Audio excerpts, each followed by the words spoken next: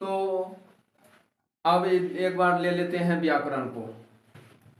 तो व्याकरण में जाते हैं और व्याकरण को इस ढंग से पढ़ाते हैं कि सिलसिलेवार ढंग से एकदम नीचे से ऊपर तक चले जाएंगे। तो देखते हैं क्या है व्याकरण। तो व्याकरण, पहले व्याकरण किसे कहते हैं बता दो, व्याकरण किसे कहते हैं? व्याकरण उस शास्त्र को कहते हैं जिसके पढ़ने से मनुष्य शब्दों की व्युत्पत्ति, लिखना और बोलना सीखता है, उसे व्याकरण कहते हैं। अच्छा, व्याकरण अब ये हो गया। व्याकरण के प्रकार कितने हैं? तो वर्ण विचार, शब्द विचार और वाक्य विचार। तो वर्ण विचार किसे कहते हैं? वर्ण किसे कहते हैं? जिसका खंड या टुकड़ा नहीं हो। अब हम डिटेल्स कर देते हैं। यहाँ तो हम सब डिटेल्स नहीं लिखे हैं, मगर डिटेल्स करने के लिए हम कर दे रहे हैं। वर्ण, अब वर्ण से हो गया, वर्ण विचार के अंतर्गत वर्ण आ गया। तो वर्ण किसे कहते हैं? जिसका खंड या टुकड़ा नहीं किया जा सके उसे वर्ण कहते हैं। अब जैसे है को, चो, टो, तो, पो, इसका टुकड़ा तो नहीं हो सकता है। को का क्या टुकड़ा होगा? कुछ नहीं होगा। तो ये वर्ण है, उसी को मिला करके ना कुल वर्णों की संख्या 52 हो जाती है। तो कुल वर्णों की संख्या 52 है। इसके बाद कहता है वर्ण के प्रकार क्या सब है? स्वर वर्ण और व्यंजन वर्ण। स्वर वर्ण के अंतर्गत स्वर वर्ण किसे कहते हैं? जो स्वयं की सहायता से स्वयं अपने आप में बोला जाए उसे स्वर कहते हैं। स्वरों की संख्या कितना है? 11 है। तो स्वरों की संख्या में ये हो गया। इसके बाद अब देखो स्वरों की संख्या में, इसके बाद कहता है व्यंजनों की संख्या। व्यंजनों की संख्या, व्यंजन पहले व्यंजन वर्ण किसे कहते हैं? जो स्वरों की सहायता से बोला जाए उसे व्यंजन वर्ण कहते हैं। तो ये हो गया। तो व्यंजनों की संख्या कितना है? व्यंजनों की संख्या 35 है। तो स्वरों को छोड़ा करके जो भी है सब व्यंजन है, तो 35 हो गया। इसके बाद देखो स्पर्श व्यंजन। व्यंजन में भी देखो स्पर्श व्यंजन है, उस व्यंजन है, अंतस्थ व्यंजन है, संयुक्ताक्षर भी आएगा। तो हम देख लेते हैं कि व्यंजन में स्पर्श व्यंजन कितने हैं? 25। कौन कौन है बता दो। हाँ, क ऐसे बताएंगे कौवर्ग, चौवर्ग, तवर्ग, पवर्ग। तो ये 25 आ गया। इसके बाद उस व्यंजन में हो गया तालब समूर्धन सदन स्व, 4 वो हो गया। ये उस व्यंजन हो गया। अंतस्थ व्यंजन में हो गया कौन सा? योरो लोव तालब योरो लोव, यो रो लो या वो, ये अंतस्थ व्यंजन। मत 4 हो गया।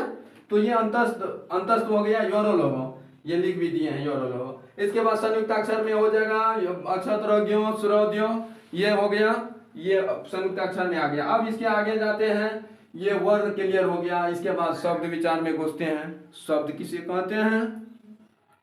वर्णों के सार्थक मेल को शब्द कहते हैं। जैसे को जोर, लो जोर, मुंह, कलम हो गया।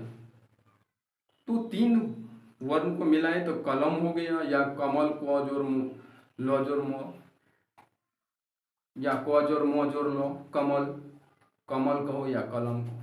तो आखिर 3 वर्ण मिला तब ना एक अक्षर बना। तो अक्षर को क्या कहते हैं? शब्द है ना, अक्षर या शब्द। तो शब्द क्या कहते हैं? शब्द तो वर्णों के सार्थक मेल को शब्द कहते हैं। तो वर्ण का जैसे मेल होगा तो शब्द तैयार होगा, तो वो हो गया। अब कहता है शब्द के प्रकार है। शब्द के भी प्रकार है। शब्द के उत्पत्ति की दृष्टि से है, बनावट की दृष्टि से, रचना के दृष्टिकोण से है। तो शब्द के प्रकार है, उत्पत्ति की दृष्टि से शब्द के 3 भेद हैं। कौन कौन है? तत्सम तद्भव देशज विदेशज। तत्सम तद्भव देशज विदेशज। तत्सम शब्द किसे कहते हैं? सभी संस्कृत शब्द को तत्सम कहते हैं सीधे वे में, हमारे दृष्टिकोण से। सारे सभी हिंदी शब्द को तद्भव कहते हैं, यानी का। और तत्सम के बिगड़े रूप को तद्भव नहीं कहते हैं बुक किताब दृष्टिकोण से। तो ऐसे दिया हुआ होगा। तो हम सीधी वे में देखते हैं कि जितने भी संस्कृत शब्द है ना, सभी तत्सम है। और सभी हिंदी शब्द, शुद्ध हिंदी शब्द जो है तद्भव है, तद्भव के अंतर्गत आते हैं। इसीलिए कहा कि तत्सम के बिगड़े रूप को तद्भव कहते हैं। अब कहता है और देशज, देश की बोलचाल में आने वाले शब्द को देशज कहते हैं। कैसे? देश की बोलचाल में आने वाले देशज शब्द कौन सब है?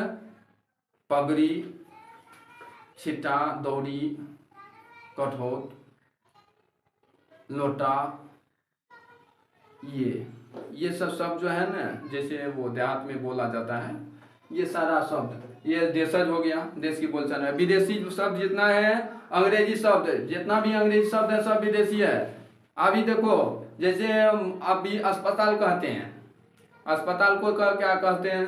अस्पताल को हॉस्पिटल कहते हैं अंग्रेजी में। तो हॉस्पिटल कौन हो गया? विदेशज शब्द है ना। जितने भी अंग्रेजी शब्द हैं वो सब ये हो गया विदेशज के अंतर्गत। और एग्जाम्पल के अंतर्गत तुम 2-3 ठो और एग्जाम्पल तुम लोग भी बोल दो। क्लास है, अंग्रेजी शब्द है। स्कूल है, अंग्रेजी शब्द है, क्या विदेशज है वो? तो ऐसे स्टूडेंट वो भी विदेशज है। तो जो भी अंग्रेजी शब्द हैं वो सब लगभग विदेशज के अंतर्गत आते हैं। इसके बाद कहता है बनावट के जैसे हो गया इसमें रूढ़, यौगिक, योग रूढ़, रूढ़, यौगिक और योग रूढ़।